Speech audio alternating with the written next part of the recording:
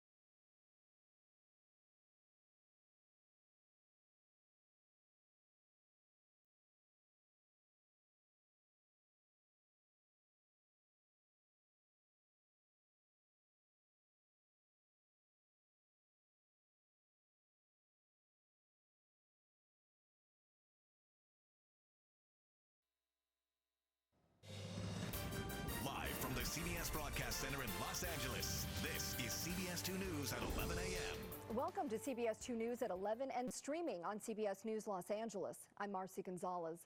An officer-involved shooting in Ontario ends with a suspect dead. It happened at a gas station on Ontario Mills Parkway near Milliken Avenue just before 11 p.m. CBS 2's Lauren Posen is live with the latest on the investigation. Lauren. Well, Marcy, right now investigators are not only going through body camera footage, but security camera footage here from the mobile gas station.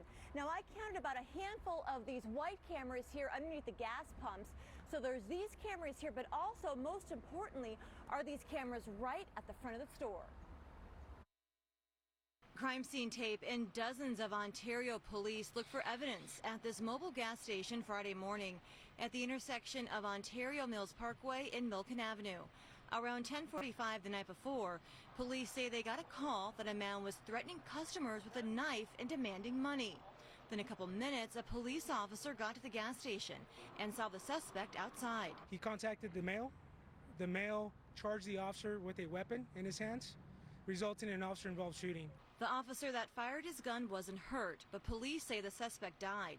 They're describing the weapon he had as a metal object, not a knife. The initial call, he was from the 911 calls of the male holding a knife. When we arrived on scene, he was holding a different weapon when we arrived on scene. This officer-involved shooting comes after a string of robberies and shootings at 7-Eleven stores, including one in Ontario. But police say this one is not related. As investigators comb through security and body camera footage, they're also trying to figure out who the man is and where he's from. A shopping cart filled with belongings was found near the gas station, and investigators are checking the video to see if it shows the man with it. Now, police are not yet classifying this as a robbery because they're not sure if the man got away with anything. That's another reason why they're looking at the security camera footage. I also asked police if we're seeing more of these situations because of the state of the economy, and they said, well, that is not the case here in Ontario. Reporting live in Ontario, Lauren Posen, CBS 2 News. Lauren, thank you. A man is being questioned by police after driving up to a San Pedro medical center in an SUV riddled with bullets. His passenger, who had been shot, has died. It's now being investigated as a homicide. Police have not said where the shooting happened, but detectives are at a scene on West 14th Street that could be connected to the incident.